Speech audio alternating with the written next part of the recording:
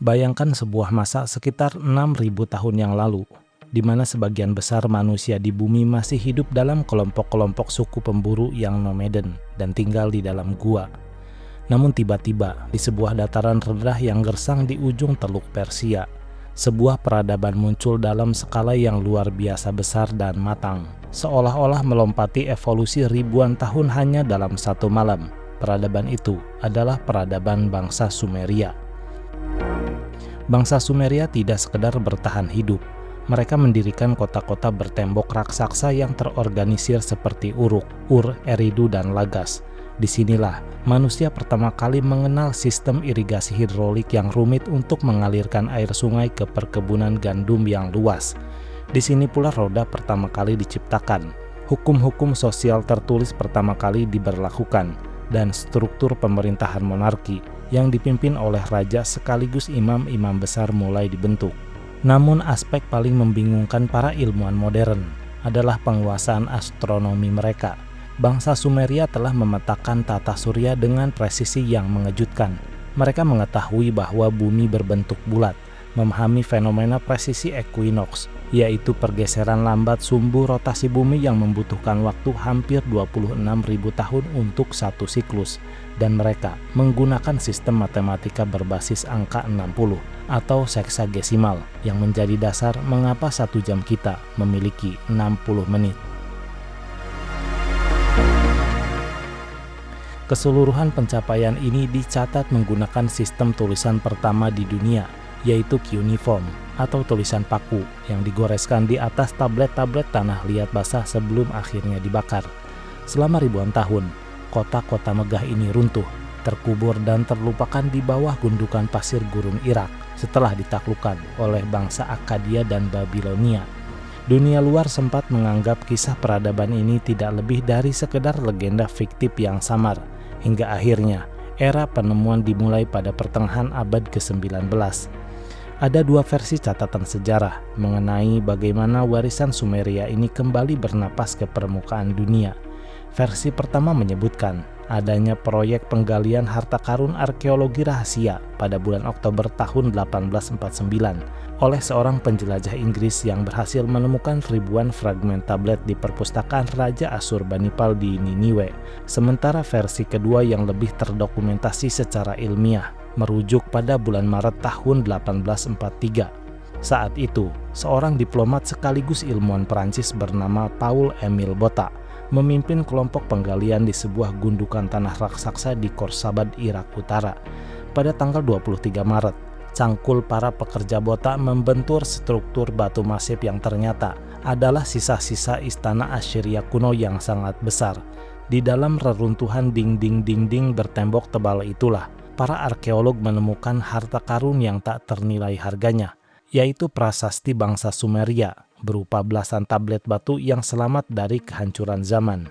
Ketika para ahli bahasa kuno mencoba menerjemahkan simbol-simbol cuneiform tersebut, mereka menemukan satu nama yang secara konsisten tertulis sebagai poros tertinggi dari seluruh kemajuan peradaban Sumeria, yaitu Anunnaki. Dalam catatan resmi sejarah dan arkeologi, Anunnaki diakui sebagai kelompok dewa-dewa pelindung yang mendikte setiap aspek kehidupan, hukum, dan ilmu pengetahuan bangsa Sumeria. Bagi para sejarawan arus utama, teks-teks ini adalah epos puitis, mitologi penciptaan, dan alegori spiritual kuno. Namun interpretasi ini ditantang secara radikal pada tahun 1976. Seorang antropolog mandiri dan ahli bahasa Semitik kuno kelahiran Azerbaijan bernama Zakaria Sitchin menerbitkan hasil analisis pribadinya yang telah ia pelajari selama lebih dari 30 tahun.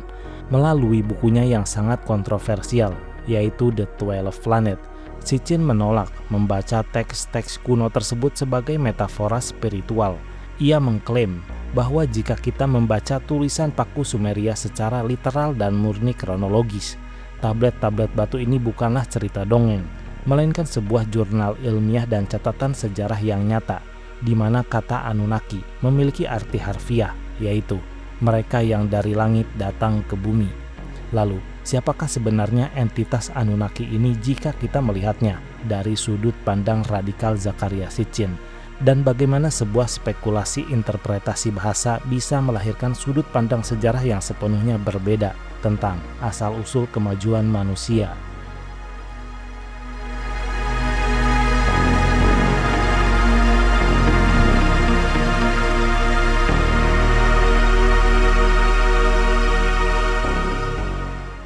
Dalam diskursus sejarah alternatif, nama Zecharia Sitchin menempati posisi yang sangat unik. Melalui rangkaian bukunya, Sitchin menawarkan sebuah interpretasi radikal terhadap teks-teks kuno Mesopotamia. Sitchin memulai penelitiannya dari ujung luar tata surya kita, berdasarkan pembacaannya terhadap silinder dan sabak batu Sumeria. Ia mengklaim adanya satu planet tersembunyi.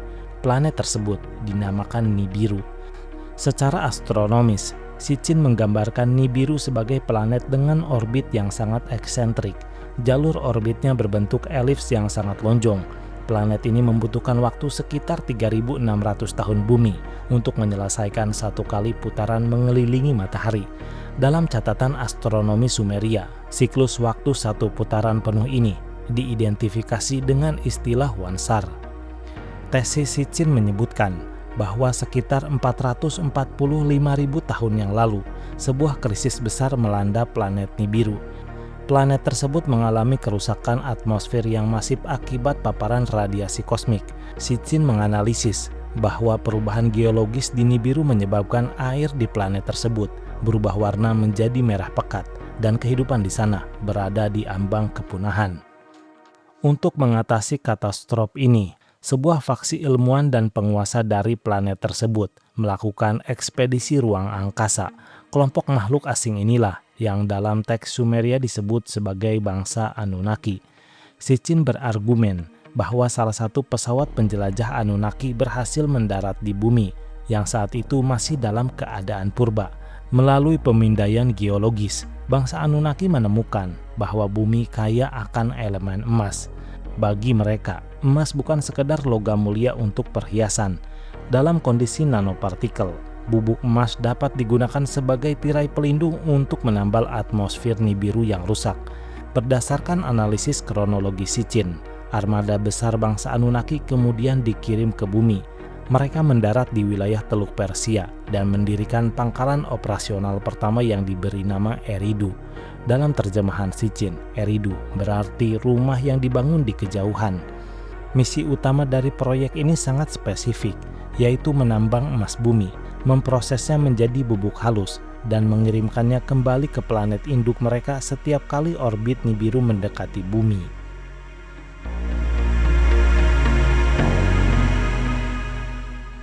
Penelitian Sitchin tidak hanya membahas teknologi, tetapi juga rekonstruksi struktur sosial bangsa Anunnaki selama berada di bumi. Dalam perkembangannya, operasi pertambangan emas ini membutuhkan skala yang jauh lebih masif. Wilayah operasi kemudian dibagi menjadi dua sektor utama, wilayah Mesopotamia sebagai pusat administrasi, dan wilayah Abzu atau Afrika Tenggara sebagai pusat penambang bawah tanah yang masif. Sitchin memaparkan bahwa bangsa Anunnaki menerapkan sistem kasta yang sangat ketat untuk menjalankan roda industri ini. Struktur sosial mereka terbagi menjadi dua tingkatan. Kasta tertinggi diisi oleh para elit pemimpin yang memegang otoritas penuh atas hukum dan sains. Sementara di kasta bawah, terdapat ras pekerja yang bertugas melakukan kerja fisik di lapangan. Ras pekerja ini diidentifikasi dalam teks kuno sebagai bangsa Igigi. Selama puluhan sar atau ratusan ribu tahun bumi, bangsa Igigi dipaksa melakukan pekerjaan berat. Sitchin merujuk pada teks kuno Babilonia berjudul Atrahasis untuk membuktikan kelelahan fisik dari ras pekerja ini. Dalam teks Atrahasis tertulis sebuah kalimat yang sangat spesifik. Ketika para dewa seperti manusia memikul kerja keras dan menderita penderitaan yang hebat, penderitaan para dewa pekerja sangatlah besar. Sitchin menganalisis bahwa kalimat ini bukan sekedar metafora, melainkan catatan sejarah tentang eksploitasi tenaga kerja. Pada satu titik kronologi, batas kesabaran bangsa Igigi habis. Mereka melakukan sabotase dengan membakar alat-alat kerja dan mengepung pusat komando tertinggi Anunnaki di Mesopotamia. Revolusi terbuka pun pecah di bumi. Meskipun elit Anunnaki memiliki keunggulan teknologi persenjataan untuk meredam pemberontakan, mereka menghadapi konsekuensi logistik yang fatal. Bangsa Igigi yang memberontak akhirnya dimusnahkan dari rantai kerja. Seluruh operasi pertambangan emas lumpuh total. Bangsa Anunnaki menghadapi krisis tenaga kerja global yang akut.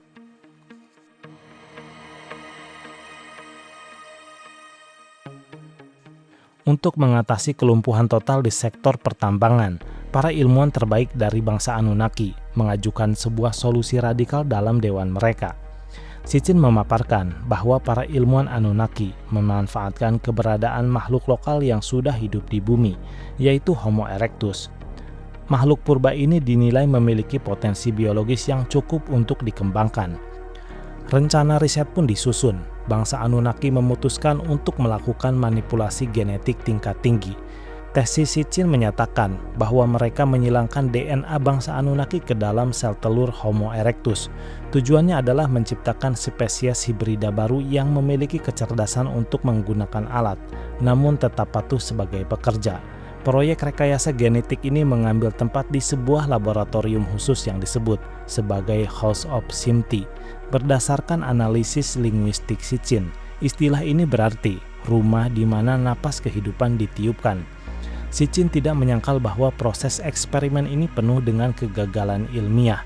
Melalui pembacaan teks Atrahasis, ia menemukan catatan mengenai penciptaan makhluk-makhluk cacat dan simera, atau makhluk hibrida berwujud setengah manusia dan setengah hewan yang gagal bertahan hidup di laboratorium.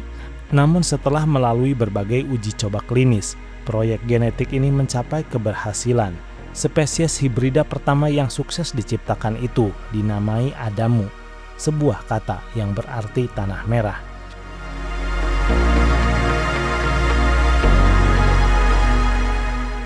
Untuk mempercepat multiplikasi tenaga kerja tanpa harus bergantung pada proses laboratorium, para ilmuwan Anunnaki kemudian menciptakan replika wanita dari materi genetik Adamu. Disinilah Sitchin menarik benang merah yang sangat kontroversial.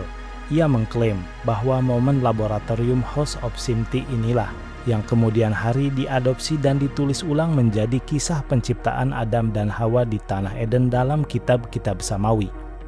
Pada fase awal, manusia hasil rekayasa genetik ini ditempatkan di bawah pengawasan ketat di wilayah Eridu. Mereka dilatih bahasa dasar, metode pertanian, dan cara merawat teknologi mekanis milik Anunnaki. Namun Sitchin mencatat bahwa manusia purba generasi pertama ini sengaja dirancang steril dan memiliki masa hidup yang sangat pendek jika dibandingkan dengan rentang usia biologis bangsa Anunnaki.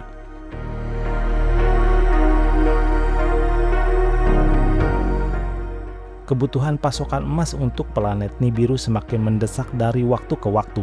Di sisi lain, kapasitas produksi manusia di dalam laboratorium sudah tidak mampu mengejar target kuota pertambangan. Menghadapi masalah ini, faksi ilmuwan Anunnaki kembali melakukan intervensi medis secara sepihak. Mereka memodifikasi struktur kromosom pada manusia bumi untuk membuka kunci reproduksi biologis. Hasilnya, manusia kini memiliki kemampuan untuk bereproduksi secara mandiri. Sitchin menjelaskan bahwa keputusan ini menjadi titik balik terbesar dalam demografi bumi. Populasi manusia meledak dalam skala yang tidak terprediksi oleh elit militer Anunnaki. Manusia mulai bermigrasi keluar dari era pertambangan dan mendominasi dataran Mesopotamia. Situasi menjadi semakin kompleks ketika Sitchin menyoroti terjadinya asimilasi sosial. Beberapa personil Anunnaki kasta bawah mulai melakukan hubungan biologis dengan wanita-wanita dari ras manusia bumi. Sitchin mengaitkan fenomena ini dengan teks-teks kuno yang mencatat perkawinan terlarang antara anak-anak langit dan anak-anak bumi. Perkawinan silang antara ras ini melahirkan variasi genetik baru. Makhluk baru ini memiliki postur tubuh yang sangat besar, serta kapasitas kecerdasan di atas rata-rata manusia biasa. Sitchin mengidentifikasi mereka sebagai ras Nephilim atau pahlawan raksasa yang kerap muncul di dalam kisah mitologi kuno. Peningkatan populasi manusia dan munculnya ras Nephilim ini memicu polarisasi di tingkat pemimpin tertinggi Anunnaki. Faksi militer yang kaku menilai bahwa keberadaan manusia telah menyimpang jauh dari fungsi awal mereka sebagai budak tambang. Manusia dianggap memicu kekacauan sosial, menghasilkan kebisingan yang mengganggu, dan merusak kemurnian genetik. Melalui Dewan Tertinggi, faksi militer Anunnaki mulai menyusun strategi untuk menghentikan eksistensi manusia di bumi. Momentum penghancuran yang dicari oleh faksi militer Anunnaki terjadi ketika planet Nibiru kembali mendekati orbit bumi dalam siklus 3.600 tahunannya. Sitchin melakukan pendekatan ilmiah untuk menjelaskan bencana ini. Kedatangan planet Nibiru dalam jarak dekat memicu anomali gravitasi yang ekstrim terhadap bumi. Tarikan gravitasi tersebut menyebabkan melemahnya medan magnet bumi, melonjaknya suhu global, dan ketidakstabilan masif pada lapisan es raksasa di benua Antartika. Lapisan es tersebut berada dalam kondisi kritis dan siap runtuh ke dalam samudera. Dalam sidang rahasia, pemimpin militer Anunnaki memutuskan untuk memanfaatkan bencana alam ini. Mereka mengeluarkan dekrit agar informasi mengenai keruntuhan es ini dirahasiakan sepenuhnya dari bangsa manusia. Mereka memilih membiarkan alam membersihkan permukaan bumi dari ras manusia. Seluruh elit Anunnaki dipaksa mengangkat sumpah suci untuk menjaga rahasia ini. Namun Sitchin memaparkan adanya pembangkangan internal dari faksi ilmuwan Anunnaki yang memiliki ikatan emosional kuat dengan ciptaan mereka. Tanpa melanggar sumpah secara langsung, perwakilan ilmuwan Anunnaki mendatangi seorang raja sekaligus pendeta Sumeria.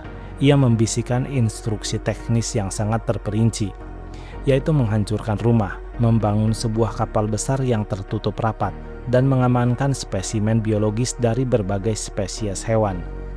Kisah geologis ini terekam dalam pencatatan batu kuno yang dikenal sebagai teks Eridu Genesis.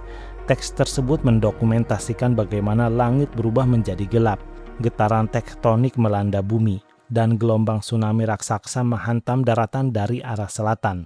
Kota Eridu dan seluruh peradaban awal musnah dalam hitungan hari. Sitchin menjelaskan bahwa selama bencana berlangsung, bangsa Anunnaki telah mengevakuasi diri ke orbit bumi menggunakan pesawat mereka untuk memantau kehancuran dari ruang angkasa. Di bawah mereka, kapal besar milik Jiusudra berhasil bertahan dan terapung di atas air bah selama 7 hari 7 malam. Ketika air bah akhirnya surut, kapal Jiusudra kandas di sebuah puncak gunung. Berdasarkan analisis Sitchin terhadap lanjutan teks epos Gilgamesh, bangsa Anunnaki kembali turun ke permukaan bumi yang telah hancur. Di sana, mereka dihadapkan pada realitas baru. Seluruh infrastruktur pertambangan mereka telah musnah. Bangsa Anunnaki menyadari bahwa untuk membangun kembali segalanya, mereka tetap membutuhkan bantuan tenaga kerja manusia. Setelah melalui perdebatan panjang, pemimpin tertinggi Anunnaki akhirnya melunakkan sikap. Mereka memberikan pengampunan dan izin bagi sisa-sisa manusia yang selamat untuk terus berkembang. Sebelum bangsa Anunnaki meninggalkan bumi secara bertahap untuk kembali ke planet asal mereka, Sitchin berargumen bahwa mereka memberikan sebuah warisan besar. Warisan tersebut berupa cetak biru atau fondasi peradaban maju bagi manusia. Bangsa Anunnaki meletakkan dasar sistem monarki berdasarkan garis keturunan, pengetahuan astronomi yang rumit, matematika berbasis heksagesimal, serta teknik arsitektur tingkat tinggi. Manusia diajarkan membangun kuil zigurat yang sangat megah. Kuil-kuil batu ini dirancang dengan presisi matematis yang selaras dengan rasi bintang, yang menurut tesis Sitchin berfungsi sebagai menara navigasi masa depan bagi kepulangan mereka.